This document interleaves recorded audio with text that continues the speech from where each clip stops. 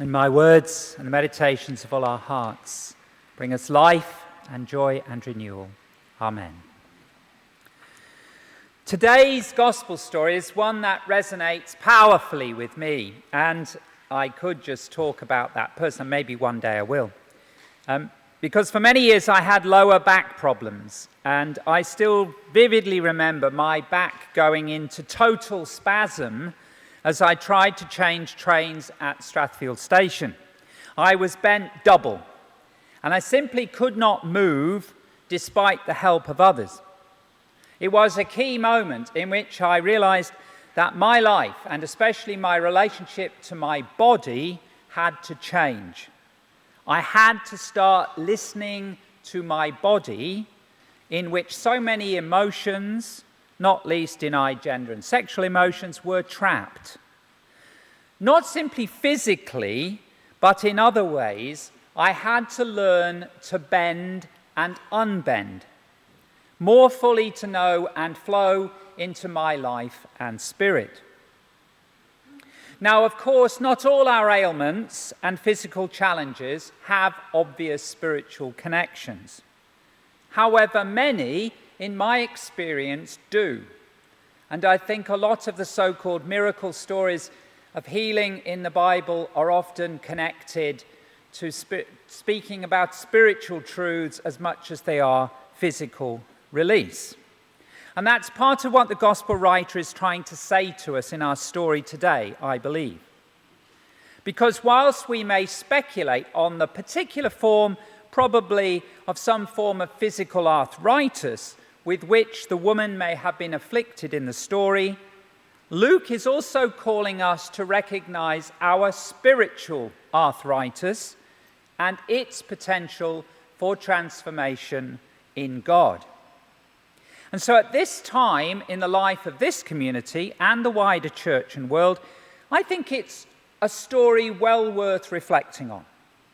Indeed, as we ponder our own mission and calling together, it is good to ask what bending and unbending might mean for us, not least in our prayer and worship life.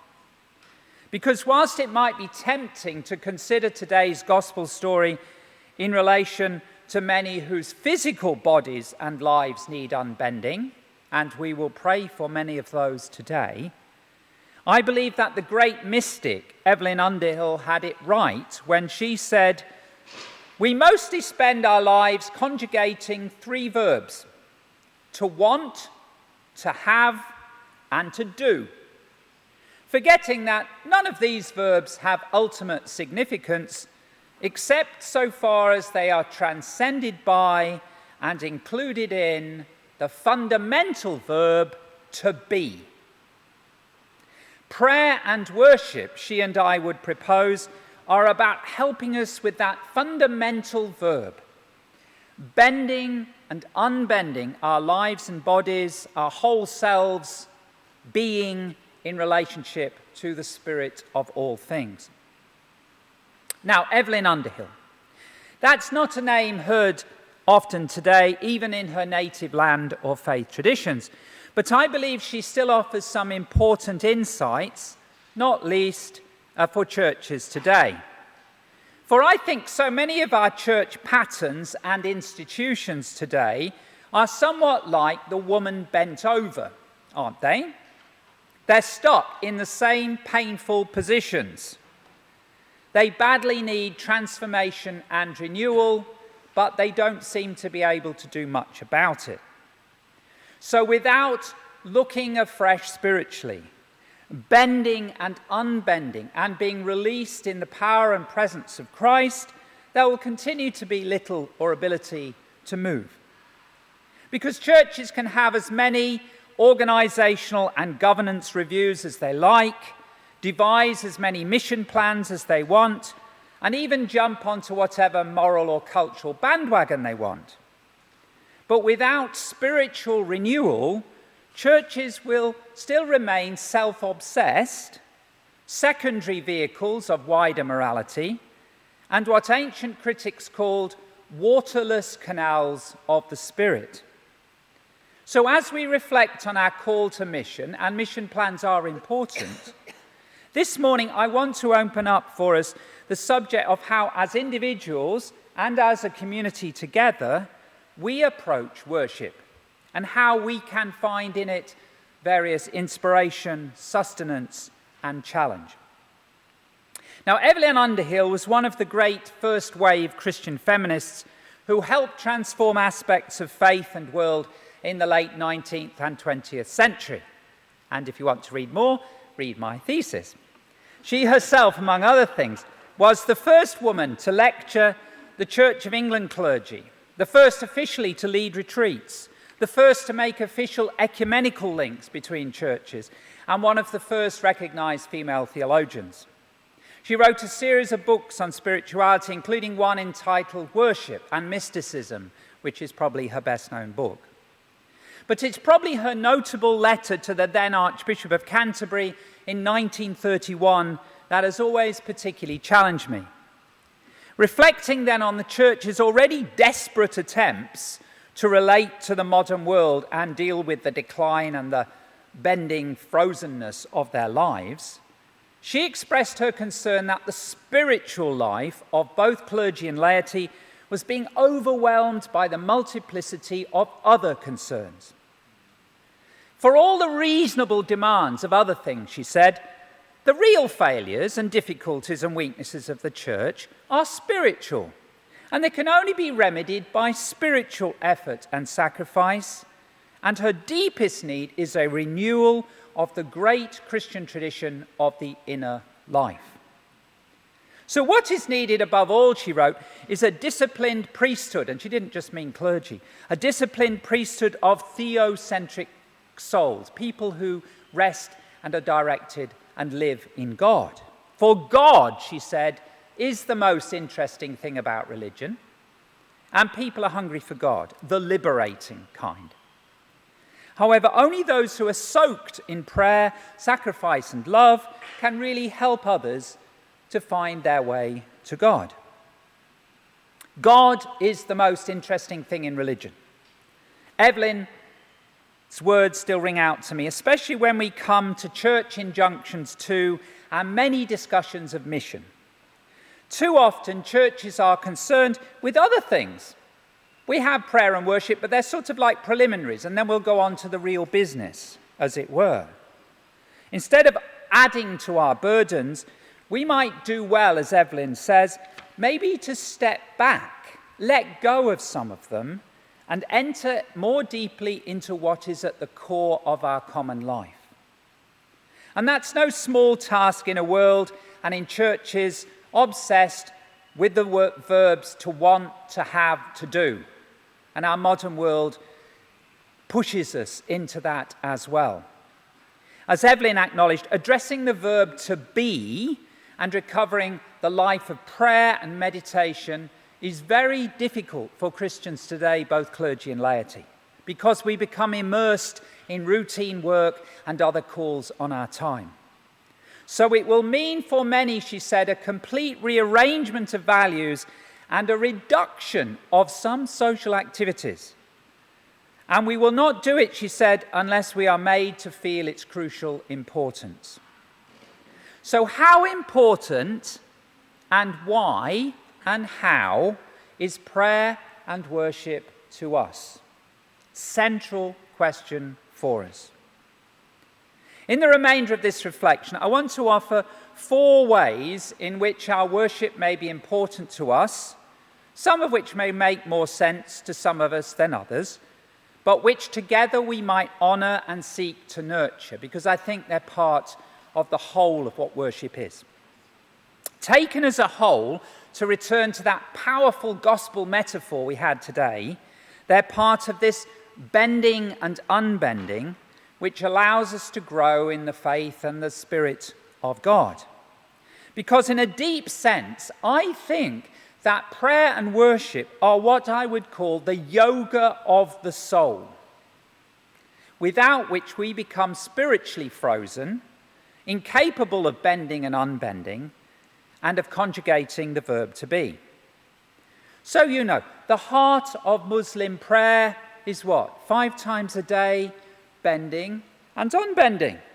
And in other wisdom traditions like yoga, values so highly the connections of body, mind, and spirit, prayer, and movement. And that's why yoga has grown, because people can find spirit, can find healing, can find movements in there in ways they often don't in Christian churches. And in Christian churches, we've lost some of our power to move. You know, I grew up in a tradition, I know it's not the Reformed tradition, where we moved. We genuflected, we make the sign of the cross, all that sort of movement in which our bodies become part of those things. But even in our churches now, we sit, don't we? We don't move. In the ancient church, people would pray, they would lift their arms up, and they would kneel, not as a way of suppressing themselves in the face of some awesome God, but as a way of moving and flowing in the Spirit. Such yoga of the soul, and we will have different ways of doing those things, and not everyone likes the Catholic ways and such like, but they help us integrate prayer and worship, help us bend and unbend in the spirit of love, and physical actions like dance too can help us on that journey, which is why the Lord of the Dance is such an important song, tapping into Hindu spirituality too. But we don't have to be a dancer or even like dance to find prayer and worship helpful, and for some of us essential, spiritually at least, to bend and unbend, to release our pain and experience joy like the woman in our story. So the 4 ways I offer into our worship together, into our own bending and unbending, our own yoga of the soul, are 4 ways of looking at God. And I mean spiritually looking. I don't just mean with your eyes, I mean with our whole spirits, our whole beings. Because if you're bent over, if you think about it, you can only really look at what's beneath you and immediately around you. You can't even look one another in the eyes very well. But as the Spirit transforms us, just as Jesus helped the woman in our story, so much else becomes possible. And that's what prayer and worship should be able to help us do. Not to bend us over, as a lot of spirituality sometimes does in churches, but to free us so we have 360-degree vision, so that we may truly be. 4 ways. The first way into worship might be termed looking beyond. Now that's what Evelyn Underhill and the great mystics were most concerned to affirm. And we heard a bit of that in our first reading today. Worship is first and foremost not about us or about our world as we know it now. It rather seeks to offer open doors to the sacred, in the words of Martos's famous book on the sacraments. So worship in this way of approaching it is about experience, or opening ourselves to the beyond, to the experience of what has variously been called ultimate reality, the ground of all being, the holy other, the mysterium tremendum. And that's what our first reading was trying to say. You know, that sense of awesomeness of God. It can take many forms, but it's about ecstasy in the real meaning of the word. Namely, ek, out, and stasis, standing outside of our little tiny selves so that we can enter more fully into the spirit of things. Just as people are overcome by the power of the mountain, Sinai, or any other mountain across the world, this sense of the awesomeness that transports you into another space and into another reality. And in this we experience the divine as rock and peace and other metaphors of deep strength and connection. We open ourselves to wonder and amazement and to all that lies beyond our little lives and the little limitations of our own thoughts and circumstances. So how well are we going with that in our own prayer and worship as individuals and as a community? The second way into worship might be termed looking around. That's about the community dimension of prayer and life. Because without community of some kind, human beings are subject to loneliness, stress, meaninglessness, and despair. And the collapse of institutional religion in the Western world is a symptom of that and why we have so much of that. Not because we can go back to the old, but because we need to be able to create something else that is more meaningful in terms of a spirituality that actually connects people. So worship has this vital role to play in providing contact, identity, and purpose and a place of sharing joys and cares. And you can find that in secular spaces too, can't you? Whether you have national identity and myths like Anzac Day, for example, or sporting teams or other communities which give people identity. And like churches, they can be defined in rather narrow ways at times, which exclude some people or aspects of life. So worship, as a way of expressing and nurturing community, has to be continually reflected upon so that we continue to draw the circle wide. Maybe the best known interpretation of worship in this sense is that of the sociologist Emil Durkheim, who saw religion as a social creation to build up the social conscience, to affirm moral and human values, and to allow each of us to transcend ourselves and act for the common good. So whilst the forms and symbols and words of communal affirmation down the ages will change, this need for worship is a human need which will never change.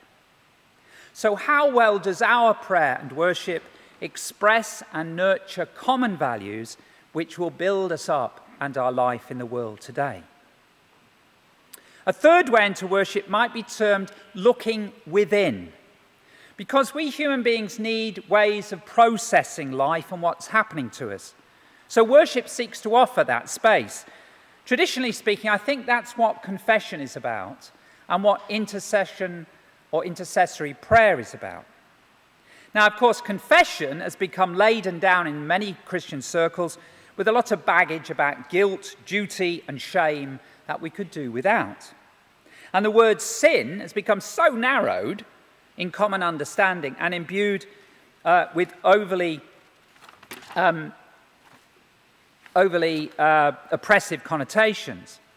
But without an opportunity to name and honour what is happening to us and in us, I think we remain bent over because we need to release that in some way. And this space gives us that. Because we become merely human wants, havings and doings, not human beings. And my view is that it's not necessary to hold a traditional view of God to do so. Some of us hold traditional views, some of us don't in this space. Don Cupid, for example, the great English non-realist theologian, used to talk about prayer and worship as a way of simply turning round. Another way, perhaps, of understanding the Greek word metanoia, or change of mind and attitude, which is usually translated as repent. Don pointed out how when we still ourselves to do this and let go of ourselves in prayer, it is like mindfully turning ourselves round 360 degrees.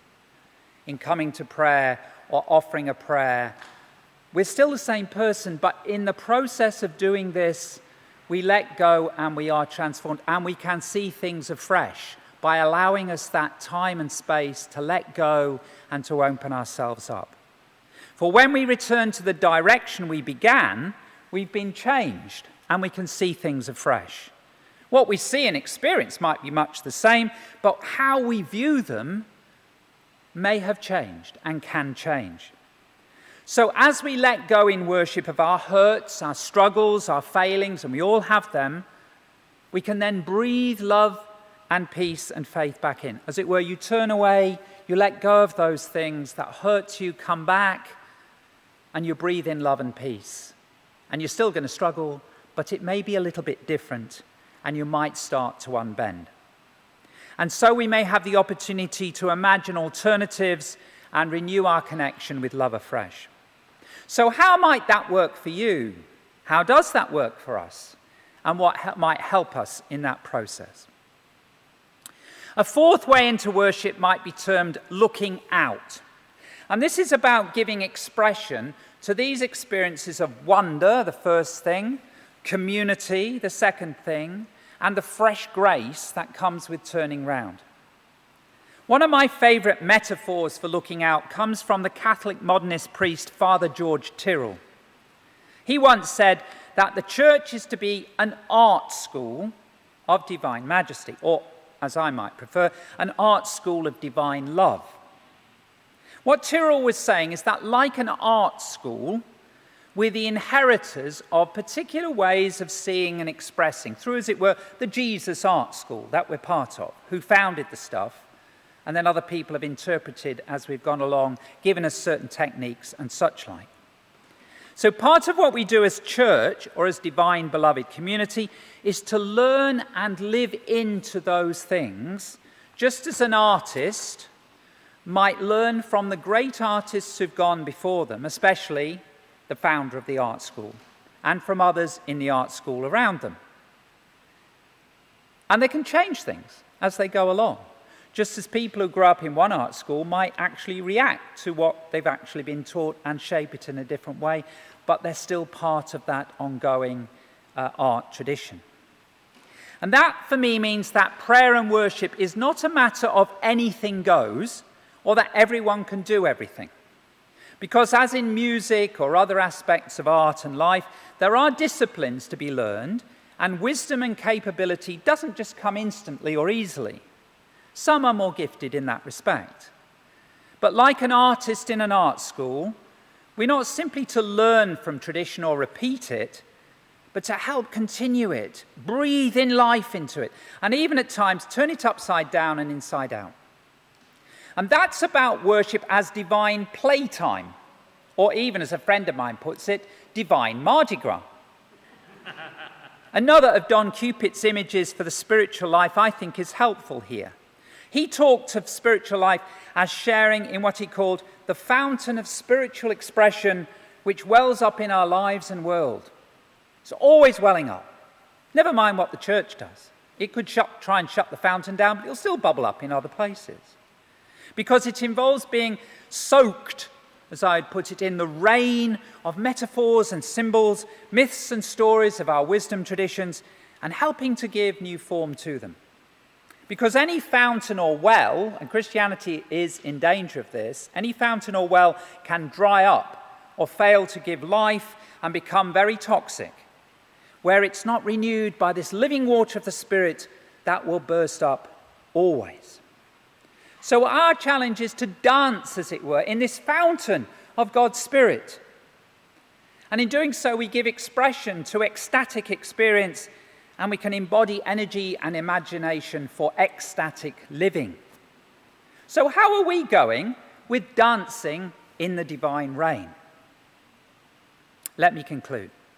After today's service, there will be an opportunity to share together, I hope in responding to something I've said today that might have annoyed you or inspired you or made you think, but also to share other responses you may have to this invitation of prayer and worship that we're gathered together today to be part of.